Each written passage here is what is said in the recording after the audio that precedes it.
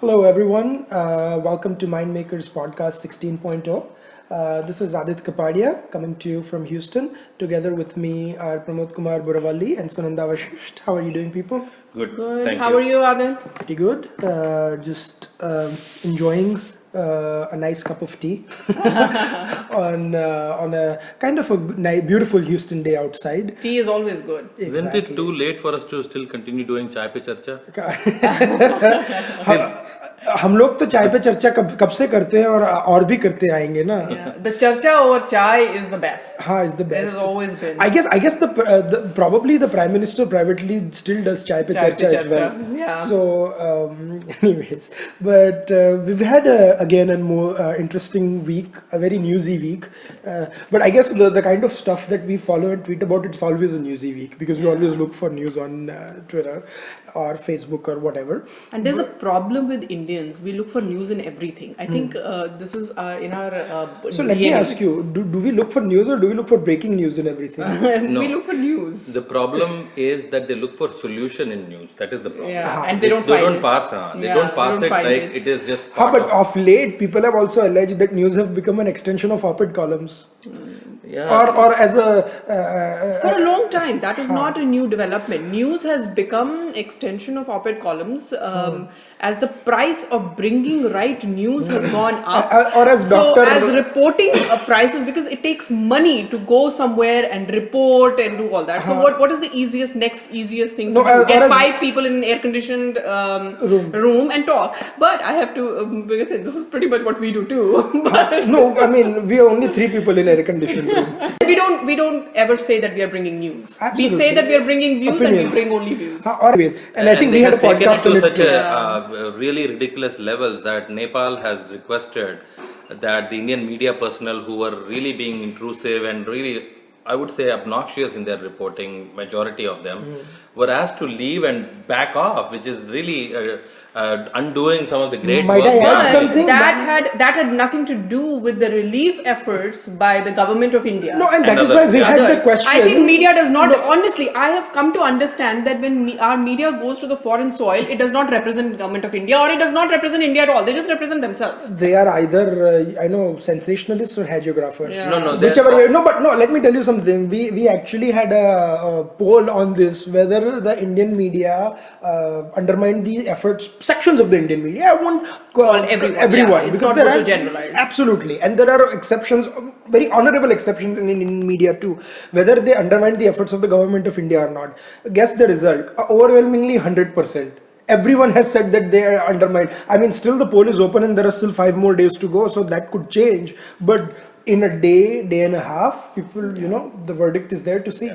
And what's happening is retired and rehabilitated film script writers are now producers on TV, and hence they want to see that. They'll put a mic on your face and some guy is sitting on a rubble and he's asked this question कि अच्छा आपको कैसे लग रहा है? No, somebody's mother had died and they asked something like, what has happened to your family or something, and it is really sad. But Indian media has been like that for a long time. They really need training of how to report from such disaster prone areas. No, but nobody has ever at least Indian media until today, with very few exceptions, and I hope and pray that we become one good exception, that they have to become an extension of the country you represent and be a brand ambassador rather than undermining. No, but your- I have to tell you- that is a point that they refuse. They do not I want have to to be tell you brand something. ambassadors. I have spoken to many media personalities and I have told them that when you go out and they say, no, we don't represent India. We can do whatever we want, which is a fair. Which is okay, no, fair. but let me tell you something. And I mean, I may be a little biased off here, but I find some sections of the print media being a little more sensitive than the electronic media. Maybe it's just what I read, maybe I'm wrong, but and maybe they have the benefit of hindsight. The print Hindsight, media yeah. is, they do have a longer time. Electronic media has this 24/7 circle, but the sensitivity part, right? You can't teach that to people. That has to be an internal choice that you have to make. That if somebody has lost their son, you just go, don't and take a mic and fling them in their face. Big screen fling it in cinema has become a really less money generator. They've all transitioned to small screen. They begin with with news because they show seriousness, intellect, and then they go on to TV serials. And talking This is what these but people. I'll tell you something, we criticize about the Indian media, but parts of the American media got equal flack for covering the Baltimore riots. And I must say, in fact, President Obama today was that is the template furious about how Baltimore so was. no, what I'm saying is let's not just target the Indian media or sections of the Indian media. Media is copying media. There is a template to follow. Right. I think it is the beast called 24/7 news, which has to be fed constantly. This beast of 24/7 But how you feed news. it? No, that's what I'm saying. How you feed it? That's a conscious choice, right? But it's also demanding. 24/7, you need something new. Every minute you need something new. Every second you need something. It's schizophrenic. But it's not just there is schizophrenia everywhere. I mean, it's not necessary that you produce news 24/7. CNN has started giving documentaries. They have an Anthony Bourdain Well, that's show. what I'm saying. It takes money, and they don't have Indian media houses don't have that much money right now. Again, so they- then they Cha, get so, into but- cheap titillation. And then now you have Pranay Roy saying CNN still gets more money from ad revenue than Fox, so why can't we be the same thing? Now that's a different issue that they all depend on certain politicians for money, but we'll debate on that later. But Pramod, would you like to elaborate on, because coming from Indian media to American media and the coverage on Baltimore riots, what do you think? I mean, would you give a brief 20-30 second overview for our listeners on what happened in Baltimore? What happened was there was this young gentleman, African American, who was arrested for a specific reason, and he was apparently taken in a police van where it could have taken them a particular route for no more than 10-15 minutes to reach the police station. It reached about an hour late. They stopped all over. Ultimately, the state prosecutor office found out that they were making unscheduled stops and ended up filing, I would say at this stage, preliminary stage, they filed charges against these officers who were responsible for transporting the individual. 6 officers. Ultimately, the individual ended up dying. And postmortem report is still in a very fluid state right now, inconclusive, because But he did die in whether custody. he had, That is for sure. And it is unfortunate. He died in 25-year-old. 25-year-old. somebody dies in custody, it is the responsibility of the state to find out What happened. what particular reason led to that death. Even if he had a pre-existing condition, there are specific norms. This is where We also have to understand that Baltimore is the riots in Baltimore. They have, it has culminated in police atrocities across United States have increased in last few years. I have been in this country for a long time, and I wasn't here in 1960s when the race riots happened, but in last many years it had died down. And now in 2 or 3 years, we are seeing these race riots and we are seeing the police atrocities again coming up. I don't know what to attribute it to. Disproportionate amount of force when you know that you are overwhelmingly armed. There used to be a time, this was early 90s and late 80s, when the gang members against whom these police were going up were actually more heavily armed than the police. But then they changed the law that the police can have the access to the same sort of semi-automatic rifles, the military style weapons that they carry. So the tide has turned decisively in the law enforcement favor. It's almost impossible to indict police officers. They never ever get indicted. No, they never get indicted because the problem is that, who is the judge, jury, and the kind of overwhelming, and again coming back to the media always up until certain times plays anti-establishment, but in the end they turn towards pro-establishment. They don't have the wherewithal to say that the American police in general is atrocious, they're centered around atrocities. They don't do that. They say they take one example and they probably put blame on one officer. Regardless of that is, I mean, you're talking about a general debate or of what has happened in the last 20 years or something. Coming to the specifics of what happened here, you saw riots happen in Ferguson, Missouri, and then I think it's almost like this was supposed to be a very peaceful march. What we've seen in the last 2 days, I mean, what started out as an inherently non-violent march in India, we would almost call it like a Satyagraha march or something in Baltimore. Became extremely violent. Right. And this is a pattern. In Ferguson also, you had initially they were like, "Acha, we'll protest against this," but that also See, became both a things riot. cannot be excused. You cannot excuse police atrocities. At the same time, you cannot excuse riots also. I was reading somewhere that in that neighborhood that they burned the only CVS there, and they were saying the city was saying that we had so much trouble bringing that CVS in here, Yes. trying to tell them that please come to this neighborhood so that the elderly people, they can get their prescriptions filled, they can get all their, they don't have to go out of this neighborhood. They burned their only CVS. Now how are you doing anything No, to it your is- it cause is by burning the only stupidity. CVS? What President Obama also said, if you want to protest against an perceived injustice, or if you think there is Or even injustice. No, I'm coming. Yeah. Even injustice. I put a caveat because the jury is still out Yeah, on what right, happened. right. But you don't take out crowbars and open up shutters of shops and Yeah. you start looting things. And which begs me to ask that question, what we covered in an earlier podcast as well. What about the tolerance that President Obama was talking about? Yeah, he probably has to tolerate this. The rest of his No, I life. was just going to Because- say that he just has to understand that United States has to understand that we don't live in unipolar world anymore. But let me ask you something. In the And last- he cannot just be going to third world countries and making You those. called India a third world country. According to him, you cannot just go to a perceived third world countries. See, that's the and problem. make, That self-entitlement that you go around US, we are the first world, the others are third world. That's what I'm saying. That is exactly where what I this was saying. Attitude starts having a stems out. problem. And the socio-economic fissures are so deep as far as the African American community, at least the Hispanic community is concerned. The fissures will probably take the next 50 years for the US to overcome. But at the same time, it's very important to make this point that they have come a long way from 1960s.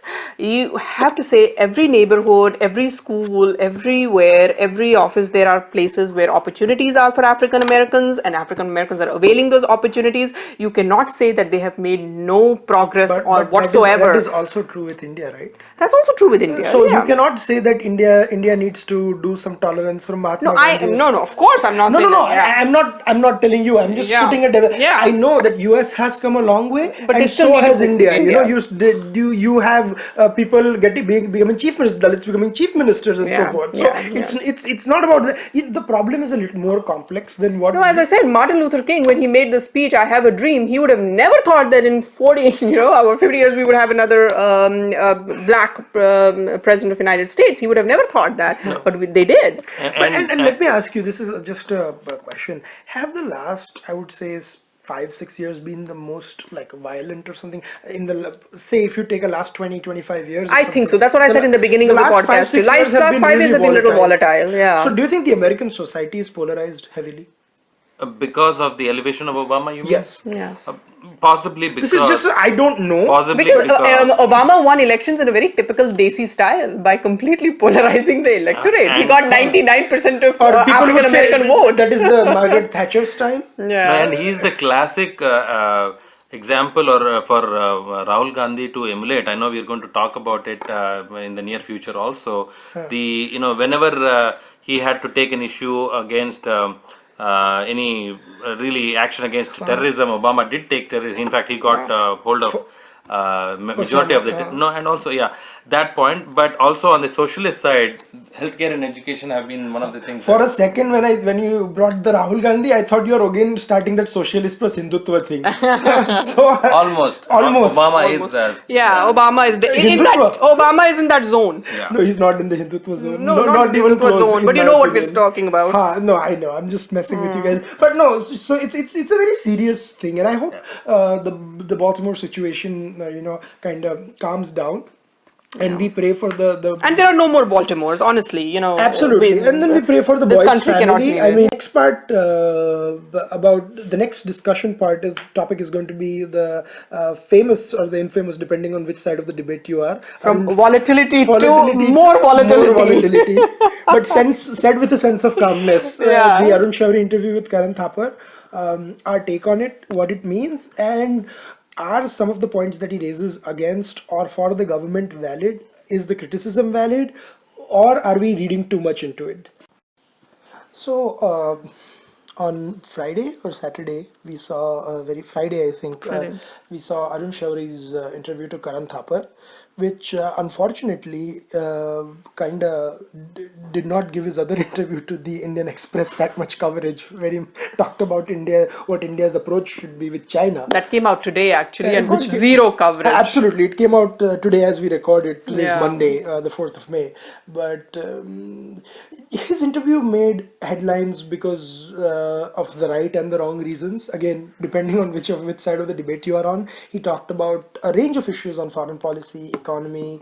It was a one-year report card, One-year so to report. speak. Well, 1 year report card, but his report card was also just selectively in 3 or 4 areas. I mean, he Yeah. did not 3 or 4 big areas, 3 or 4 yeah. big areas. He did not. I didn't see any talk about agriculture, railways, defense. Defense. And those have been some of the strong points of the government. Mm-hmm. So I refuse to call it a 1 year report card or also scathing criticism of the Modi government. It could be his scathing criticism of a couple of reforms of the government or a lack of reforms in certain sectors. It where was he not a holistic view of the government Right, in its and- entire thing. Having said that, it is extremely difficult for people like us. You're much younger than us, Aadit, but Pramod will identify with me when I say that. It's very difficult for people of my generation to be talking about Arun Shauri and be sort of evaluating him, because we learned the evaluation skills from him.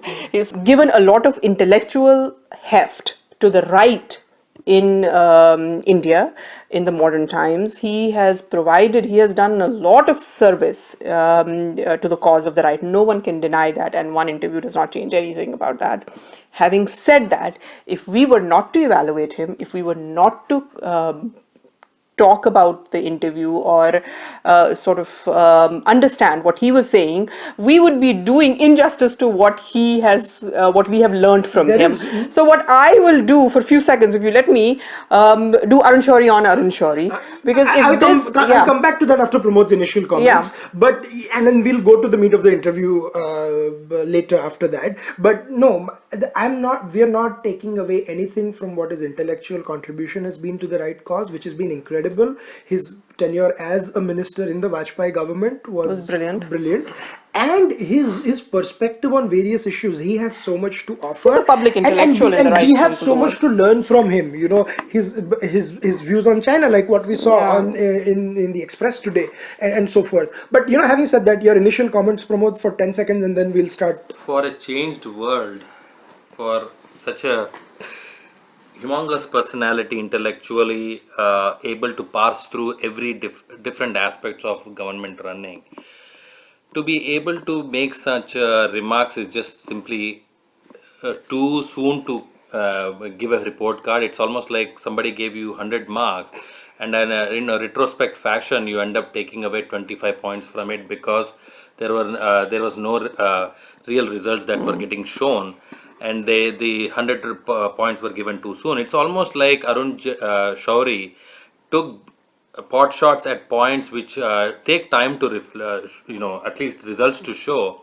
But at the same time, you should take that with, at least Narendra Modi should take that with a pinch of salt, coming from a 73-year-old person who understands certain aspects of economics, certain aspects of governance, how to deal with bureaucrats, extract results from the bureaucrats with a pinch of salt, learn whatever can be learned, and not take this to a level where Arun Shauri is alienated from the overall picture of things, because that is what it looks like, that there is no information flow. Arun Shauri's assumptions came out as observations. I think what I feel is that Arun Shauri had not prepared for this interview. That is what I felt, and which was so shocking to me, because everything that every piece of writing, every lecture, everything Shauri Saab has delivered till now has always been full of research, and he's the one who's taught people how to do research and how to look beyond stories. And here is the problem that I have. We're not going to talk about the platform that he chose. We're not going to talk about it for the simple reason we don't know any better. Why does he only give interviews to Karan Thapar, or why does he only speak to Indian Express and Shekhar Gupta? We don't know. But maybe he's comfortable, and it's not right to talk about it either, because for the lack of information. What we are saying, the choice of platform also created several issues. For example, when he said about foreign policy, he was talking, I'll just give you an example that why his choice of platform was wrong and why he should probably think of a better platform next time that does not spin his comments. When he was talking about foreign policy, Karan Thapar specifically asked him about Sushma Swaraj, and the first thing that Shauri said was, I don't know about what Ms. Swaraj is doing, I don't know what is how much she is involved. Fair enough, he does not know. But then Karan Thapar, in his real way, spinned it, and he said, "Oh, so to conclude this whole thing, you are saying that if Sushma Swaraj is not being, undermined or something, and well, Shauri understands this game. He understands this business, so he should have known better." That is my one point about the platform. Coming back to the economy, everyone knows what Narendra Modi inherited. Last public memory is very short, but before Modi came to the power, almost 2.5 years, people spent writing about what landmines UPA government is leaving for the next government. Everyone knows about that. We wrote about it. We were publicly involved with it. So were so many public intellectuals saying that the economy is in a state of mess. So it is not going to get, nobody has a magic wand. It is not going to get, fixed in 1 day or 2 days or 3 days or even 1 year. It will take a while. What I felt was wrong, so even though Mr. Shauri was pointing out problems that there is no investment coming, there is no thing, but he should have said that there are other good points. He did not mention Jan Dhan Yojana, he did not mention Mudra Bank, he did not mention the things that are going right. No, and that would have been a fair comment. This is the thing. We agree with his points on the bureaucracy, partly, yeah, because he's dealt with bureaucrats, what I think disappointed me, and I speak for Sunanda as well, is he has been in the government. He knows what Atalji had to face in '98 when he was the Prime Minister, and he knows what Narendra Modi had, like what you said, what he inherited. In fact, a year and a half ago or something, he himself gave an interview to Karan Thapar about Manmohan Singh and the economy, how it's messed up, and it was worse by the time Narendra Modi took over. Yeah. So, I mean, we know that investment is not coming in. We know that there is we are not even with, talking about part 2 yet, where all of us, kind of converge on our opinion. But Pramod, you were saying my something. point is Arun Shori's comments on the economy are based on his probably sources of information from a disenchanted bureaucrat who probably does not know what the plan is. All of Modi's economic policies are tying into his foreign trips. Like one of our excellent articles that we published about a week and a half ago was how the economy, the energy sector and the foreign policy is getting tied in, and also into defense, and that's going to take a churning of its own. Arun Shori, if he doesn't understand Twitter, this is a generation that doesn't understand the new world import-export, pragmatic difficulties of today. But with his sagacity, also, I think his sources don't know enough because his government does not leak. That's another problem. Exactly. Yeah. This government, unlike any other government, does not leak.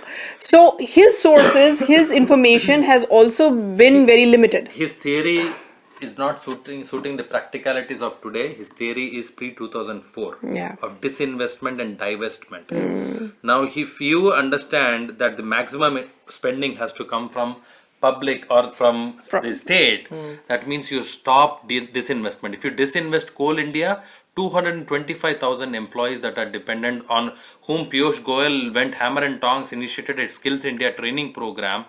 Nobody is going to come and replace that sort of employment. Not just so that. This is where you talk about Coal India, giving credit just to the Supreme Court on the auction and not saying that the government, who had done a phenomenal job, where it's due. Piyush Goyal did a great job with the coal auction. I feel Modi should take it as an advice from an extremely intelligent human being who has dedicated a lot of his time and energy towards the public discourse, bringing awareness. I agree that he should actually, should take it as an advice coming in from a 73-year-old person who is there in your family or is there in your house, who wants to be engaged on every single matter, including what you wear, how you do things, whether you are on Twitter all the time or if you don't. So he is not at that stage.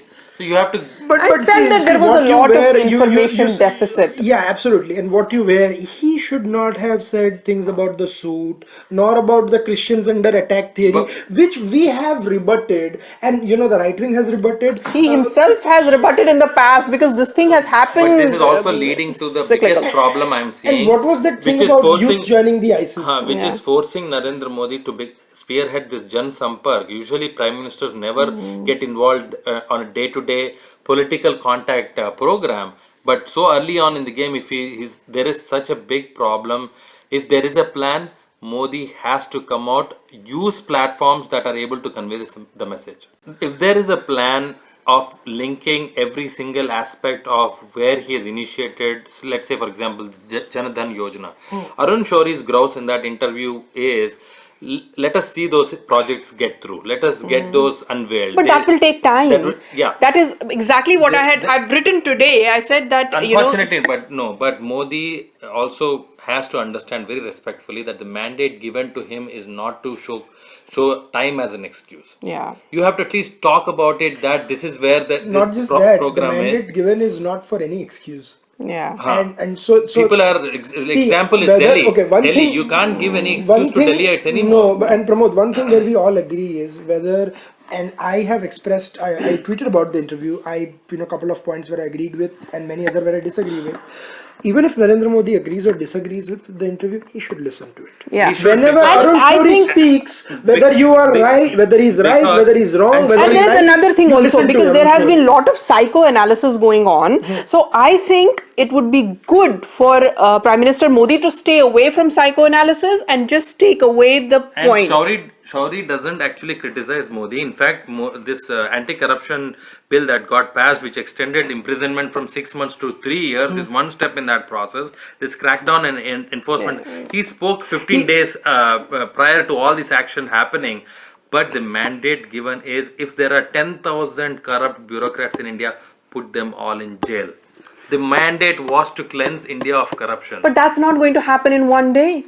And you also know that how difficult it is to. This is a very AAP thing to say, that put 15,000 people in jail. Even AAP has not been able to do it. Even when they come and they say, hang people, do that. And see, this is the thing. Arun Shoury has been a journalist and Arun Shoury has been a politician, right? As a politician, he has seen how difficult it was to lead the first right-wing government. Right now, the polity in the Rajya Sabha is even more hostile. Yes. So we would expect, and I would expect, as somebody who's grown up admiring Arun Shoury, just to give Narendra Modi a little bit more time or something, and raise some legitimate points. I think he was little more harsh than he should have been. Absolutely. And I am not going to, as I said, there is no point getting into the psychoanalysis. That was it Arun versus Arun? No, what was see, it? There's no point in getting that. No, absolutely no point. Where the simple point is, where we agree with him is some points he raised on the economy, some points we raised on the bureaucracy, on foreign policy. But we definitely do not agree with him on the social issues. Yeah, the persecution complex that he was talking about with, and then the Julia The Ribeiro ISIS thing, point and all that, because all that has been rebutted several times over in the media. And it has been rebutted because we've grown up reading Arun Shoury And do learned the same rebuttal things. from him. Absolutely. Yes. So I won't use the word harakiri because that is such a strong word, but it almost seemed that he sort of negated his own work. I was a little saddened. I mean, I don't know Yeah. if I'm the same with you, Sunanda. But, as I said, when Arun Shoury speaks, whether you agree or disagree with him, you listen. And also this is a big thing on Indian politicians. There's such a thing called vanvas. And the ones are no longer a jungle that is somewhere outside. If you have decided to take sannyas and you could end up doing creative writing, people would have listened. But for the platform he sought from a person who is basically, all his career is, basically he was a fast bowler who's bowling spin delivery. Spin delivery, yeah. No, so Very someone joked obnoxious on platform. Twitter that Arun Kumble is the second best spinner in India. And the top spot is come up by some journalists. Yeah. But anyways, and then we can. But again, it was his choice. No one forced him to talk to Mr. Karan Thapar. Unfortunately, you have to. And you saw, he was talking about zero loss symbol, and the way Karan Thapar suddenly swooped in and stopped, changed the topic topic, suddenly. suddenly. Exalted position Arun Shoury Has in the Indian right wing pol- and the political spectrum, he himself took sort a of step undermined down. it. He Yeah, took a step himself. down. I Yeah. don't know what purpose this might, but hopefully all the points that he was addressing are addressed so that they are self-explanatory for all the critics to Yeah, as I said, somebody asked me this, what do we make of this interview? I said, as a tribute to Arun Shourie, the intellectual, I would say, take the right points from him and forget about he wrote an excellent psychoanalyzing he why he wrote didn't. no his contributions will be he wrote an excellent piece in Indian Express, and that talks about China. Prime Minister Modi is going Oh, that's to an interview. So the that's an interview that happened that is and the today. interview that interviews extracts are very important for Modi Yeah, to see what understand happened China. now. This interview in Indian Express should have gotten more coverage, and that a silly piece with Karan Thapar should have gotten no coverage. But then you know how it is. But again, as we said, choice of platforms, Yeah. choice of words, and choice of issues. Yeah, So I guess this and is there was a little also. I felt that there were certain points where there was एक हिंदी में एक word है थोड़ा ताना देना which was used of Faz's couplet that what will you promise my eyes again now, and you haven't fulfilled your old promises. A government that has been in power only for 1 year and which has a mandate for 5 years, let's not get to that exaggeration as well. Let's face it, I don't think in February 1999, Arun Shourie would have started quoting Faiz after 1 year of the Vajpayee government, right? Yeah. So, and I guess that's And just, as much as we love Vajpayee government, and as much as I think that Vajpayee did phenomenal work with 160 MPs, 182 MPs, they did not do everything that we wanted them to do. Vajpayee government also had its limitations. So no government ever is perfect, but no government at 1 year is perfect either. After 5 years, we can sort of decide on and give report cards. absolutely. No, that's that. I mean, I think that's a good point to end today's podcast. Thank you for joining us once again. You can follow us on Twitter at MYINDMAKERS. Please like our Facebook page. Our personal Twitter handles are at ASK0704, at SUNANDAVASHISHT, and at PBURAVALLI. Do keep listening. We'll come up with more articles. We got another set of excellent articles that are coming this week, which go from the economy to politics and so forth. Do keep visiting www.mind.net for more updates. We'll be back next week. Thank you.